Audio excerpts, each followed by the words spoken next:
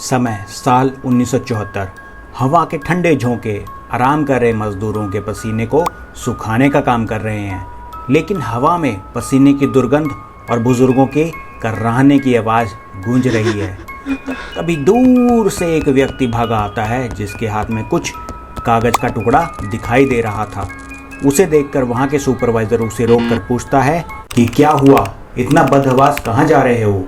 वह व्यक्ति कागज का टुकड़ा सुपरवाइजर को देता है, जिसे पढ़कर सुपरवाइजर भी हक्का बक्का रह जाता है और उसके माथे से पसीना टपकने लग जाता है।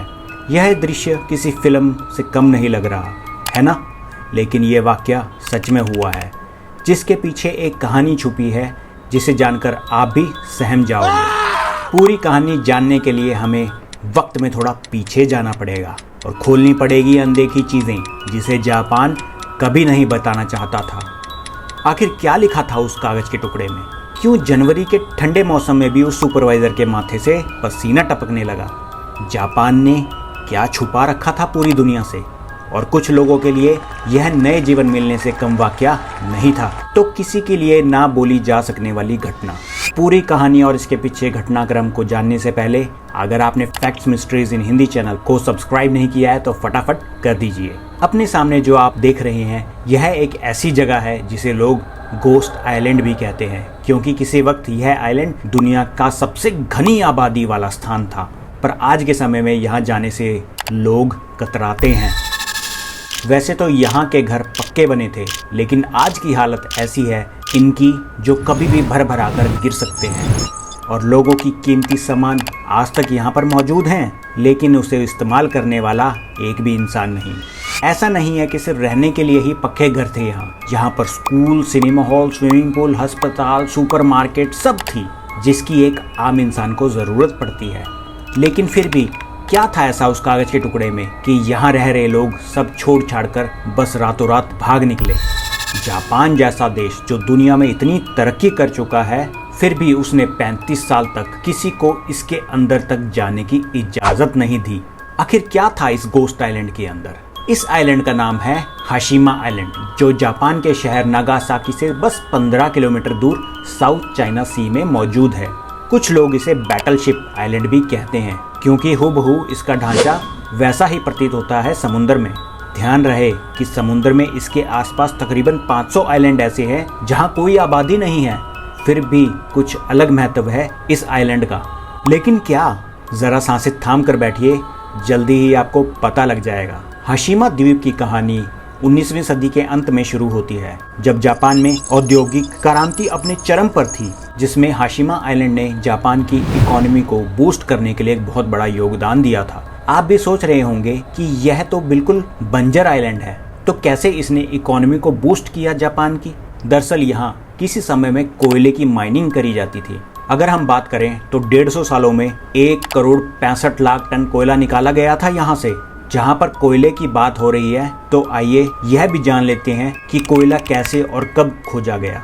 सन 1800 में ताकाशिमा आइलैंड, जो कि हाशिमा आइलैंड से कुछ दूरी पर ही है, यहाँ पर कुछ लोगों को जमीन पर गिरा हुआ कोयला दिखाई दिया, लेकिन किसी को भी इसके अनूठे उपयोग के बारे में जानकारी नहीं थी। लेकिन एक दिन कोहिता नाम के एक जापानी को गलती से, जी हाँ गलती से, इसकी हीटिंग प्रॉपर्टीज के बारे में पता चल गया।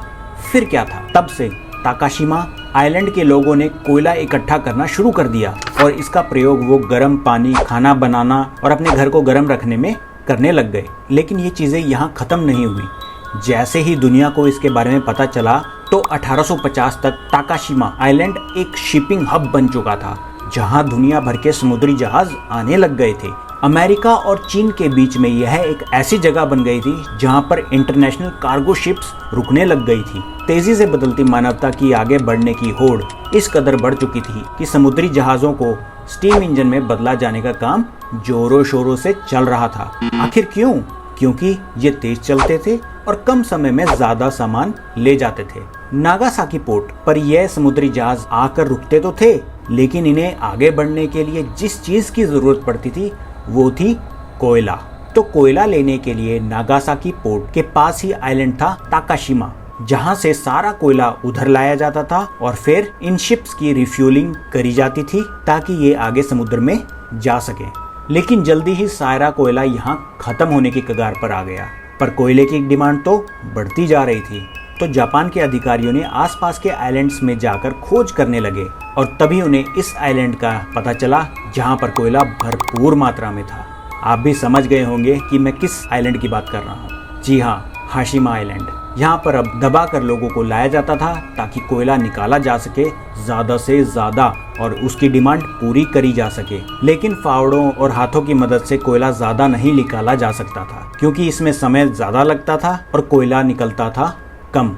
फिर आया साल 1890 जिसमें मित्सुबिशी कंपनी ने इस द्वीप को खरीदा एक अच्छी खासी कीमत पर और यहाँ बड़े पैमाने पर कोयला खनन शुरू कर दिया, जिसके लिए शुरुआत में तो लोग यहाँ रोज़ लाए जाते और फिर काम करने के बाद उन्हें वापस छोड़ा जाता। जिस वजह से समय और पैसे की बर्बादी होते देख मित्सुबिशी ने सोचा कि क्यों ना काम कर रहे लोगों के लिए इस आइलैंड पर ही घर बनाकर दिया जाए ताकि आने जाने का झंझट खत्म हो। इस आइलैंड पर तेजी से निर्माण कार्य फिर शुरू हुआ और यहाँ बड़ी संख्या में मजदूरों को बसाया गया। इस आइलैंड को समुद्री लहरों से बचाने के लिए एक सी वॉल भी बनाई गई, जिस वजह से इसका आकार एक बैटलशिप जैसा हो गया। सन 1916 में यहाँ पर तकरीबन 3000 इंसान रहते थे और काम करते थे, जो कि अगर मैं बात करूँ तो एक समय में 150 टन कोयला ज़मीन से निकाला करते थे। क्योंकि यहाँ पर रहने के लिए जगह कम थी, इसीलिए कंपनी ने यहाँ पर कंक्रीट के अपार्टमेंट्स बनाए थे। फिर समय बीतता गया और साल दर साल नए लोग यहाँ काम के लिए लाए जाने लगे और नए अपार्टमेंट्स बनाए जाने लगे मित्सुबिशी के द्वारा। एक आकलन में यह भी देखा गया कि 1959 में यहाँ पर 5259 लोग रहने लग गए थे। अगर आपको बताया जाए कि 5259 लोग सिर्फ 15.5 एकड़ के स्थान पर रह रहे थे, यानी हर एकड़ में तकरीबन 340 लोग, तो आपको अंदाज़ा लगाना आसान होगा यहाँ के लोगों का जीवन यापन कैसे हो रहा है। आज के समय में भी हम अगर चीन की पॉपुलेशन डेंसिटी को ही देखें तो वो भी 84 पीपल पर एकड़ है। इस आइलैंड पर मजदूरों का जीवन कठिन था। तंग जगहों में रहना, सीमित संसाधनों और कठोर काम की स्थितियों के कारण यहाँ के मजदूरों को कई चुनौतियों का सामना करना पड़ता था। माइनिंग करने के लिए लोगों को 1 किलोमीटर नीचे लेके जाया जाता था, जहाँ का तापमान 35 डिग्री और 95% ह्यूमिडिटी होती थी, जिस वजह से यहाँ पर चक्कर खाकर गिर जाना और गहरी चोट लग जाना एक आम बात थी। लेकिन अगर आपको मैं यह बताऊं कि इसके साथ साथ यहाँ पर कई लोगों की जान तक जा चुकी है तो शायद आपको आश्चर्य नहीं होगा। सेकेंड वर्ल्ड वॉर के दौरान कोरियाई और चीनी युद्ध बंदियों को भी यहाँ मजदूरी के लिए लाया गया था, जिनके साथ बहुत ही अमानवीय व्यवहार किया गया था, जिसके लिए पूरी दुनिया ने जापान को खरी खोटी तक सुनाई थी। पर इसे ठीक करने के लिए वर्ल्ड वॉर 2 के बाद जापान ने यहाँ पर स्कूल, स्विमिंग पूल, सिनेमाघर, अस्पताल आदि बनवाए ताकि यहाँ पर रह रहे लोग का मन बहलाया जा सके। वैसे तो ये सारी सुविधाएं वर्कर्स को फ्री में दी जाती थी, लेकिन इसके लिए उन्हें आइलैंड की मेंटेनेंस और साफ सफाई में हाथ बटाना पड़ता था। जहाँ इतना सब कुछ हो रहा था तो क्या उन्हें पीने का पानी साफ मिलता था? जी हाँ, इसके लिए बड़ी बड़ी पाइपें तक बिछाई गई थी और जापान से साफ पानी उनके द्वारा इस आइलैंड पर भेजा जाता था। 1960 में फिर वो दौर आया जहां से इस कहानी में एक और अहम कड़ी जुड़ती है।